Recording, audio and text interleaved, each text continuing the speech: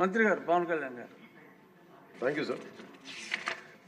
గౌరవ ఆదోని శాసనసభ్యులు చెప్పింది కీలకంగా ఒక మాట అన్నారు. జాతీయ ఉపాధి హామీ పథకం అది రాజకీయ ఉపాధి హామీ పథకం అయిపోయింది. అది గత ప్రభుత్వం టైంలో రైట్ ఏమో కానీ మన ఎన్డీఏ ప్రభుత్వం టైంలో దాన్ని నేను తీసుకోవట్లేదు. ఖచ్చితంగా గత ప్రభుత్వం చేసిన వారసత్వంగా వచ్చినవి ఈ కరప్షన్ మనం హ్యాండిల్ చేస్తాం ఈ రోజున. వన్స్ నేను పంచాయతీరాజ్ శాఖ బాధ్యతలు తీసుకున్న తర్వాత మొట్టమొదటి దృష్టి పెట్టింది కూడా జాతీయ ఉపాధి హామీ పథకం కింద అసలు ఏమేమి అవకతవకలు జరిగినాయి. ఇప్పుడు ఎంత గొప్ప పాలసీ పెట్టినా పథకం పెట్టినా జనం అందరూ అంటే మనకి పార్టీలు కొల్యూడైపోయి అందరూ అంటే ఒకళ్ళని కరప్షన్ చేసామని అర్థం చేసుకోగలం, కానీ ఒక గ్రూప్స్ కొల్యూడైపోతే తప్పులు నిర్ధారించడం చాలా కష్టమైపోతుంది. ఇప్పుడు ఇందాక ఉదాహరణకి మేము రాగానే ఫస్ట్ చాలా ఎక్స్టెన్సివ్గా కూర్చున్నాం. ముఖ్యంగా ఈ సోషల్ ఆడిట్ డైరెక్టర్ తోటి, ప్రిన్సిపల్ సెక్రటరీ గారితో కూర్చున్నప్పుడు వరుసగా చాలా ఆల్మోస్ట్ 1-2 months రివ్యూ తర్వాత సోషల్ ఆడిట్ డైరెక్టర్ ఎవరైతే జాతీయ ఉపాధి హామీ పథకంలో అవకతవకలు ఎవరైతే చేస్తున్నారో వాటిని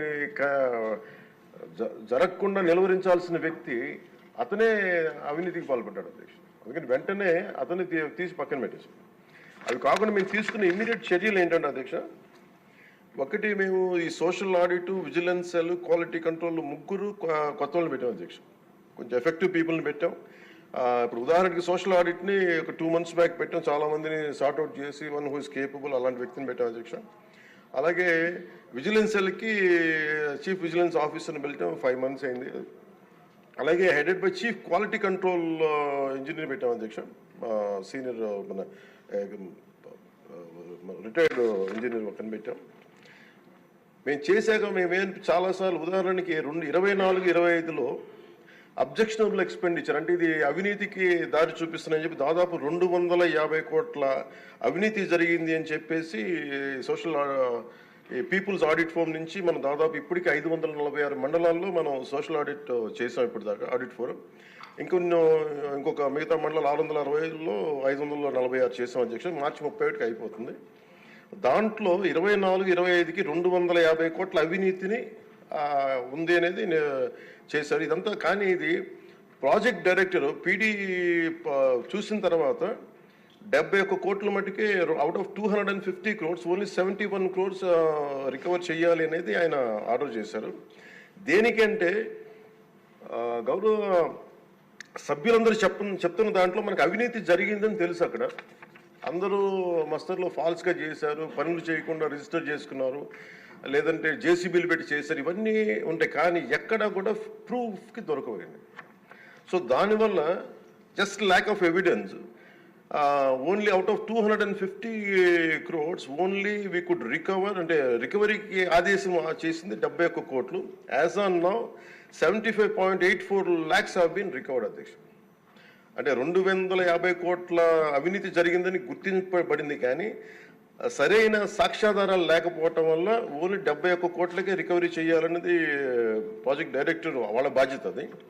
సో దాని నుంచి 75.84 లక్షలు యాజ్ ఆన్ చేశారు. ఇంకా still we have enough time అధ్యక్ష. కానీ దీన్ని ప్రతి చాలా లోతుగా దీన్ని చేస్తున్నాం and we have a very good team which will take it forward.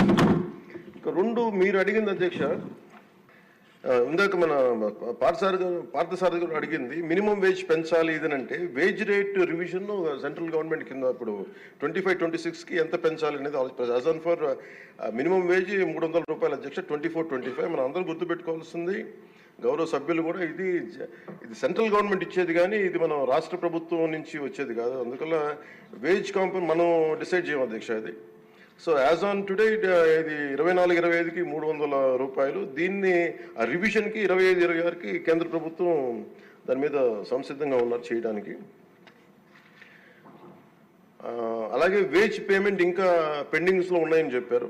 అది జనవరి 8 నుంచి government of India has 8th inform చేశారు మాకు దట్ ఇట్ విల్ బి తొందరలోనే క్లియర్ చేస్తాను. ఎందుకంటే అది సెంట్రల్ నిధుల నుంచి రావాలి కాబట్టి మేము రాష్ట్ర ప్రభుత్వం తరపు నుంచి మేము వెయిట్ చేస్తాం అధ్యక్షుడు. అలాగే మన లోకం మాధవ్ గారు మన గౌరవ శాసనసభ్యులు జేఎస్పీ వారు అడిగిన దానికి ఏంటంటే ప్రత్యేకించి ఇలా అవకతవకలు జరుగుతుంది, దీని గురించి మనం ఏం చేస్తున్నాం అంటానికి we have created a wage monitoring cell అధ్యక్ష for increasing average wage rate. Accordingly we will take it forward అధ్యక్ష. అలాగే మీరు అడిగిన దానికి అధ్యక్ష జిల్లాని ఒక యూనిట్గా చేయమన్నారు అధ్యక్ష.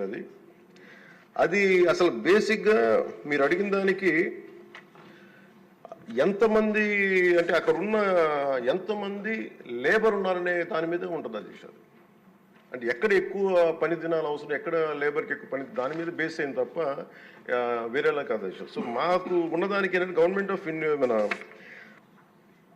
మన్రేగాలో material component is decided as per the labour turnout in the district.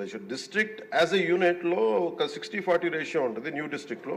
So దాన్ని మేము ఒకసారి చూసి మీకు తెలియజేస్తాం అధ్యక్ష. ఖచ్చితంగా we will take it into consideration when we go to Delhi also will take it forward what are the honourable members raise the question they have raised.